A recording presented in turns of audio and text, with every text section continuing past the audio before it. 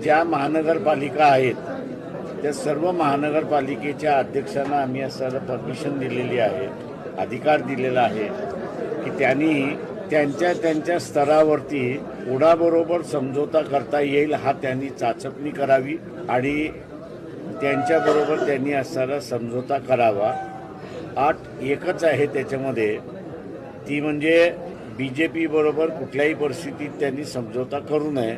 उबाटा सेना, एकनाथ शिंदेची सेना, शरद पवारांचं NCP, अजित पवारांचं NCP आणि काँग्रेस यांच्याबरोबर युती केली तरी चालेल।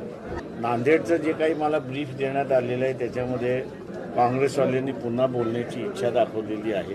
दुसरं जे आहे त्याच्यामध्ये अजून काही संघटना ज्या आहेत त्याही बोलतात त्याचं याच्यामध्ये 1-2-3 दिवसामध्ये ते असं म्हटलं की फायनल निर्णय आपला होईल की आपण काय करतोय त्याच्या संदर्भात, आणि ते मला कळवलं।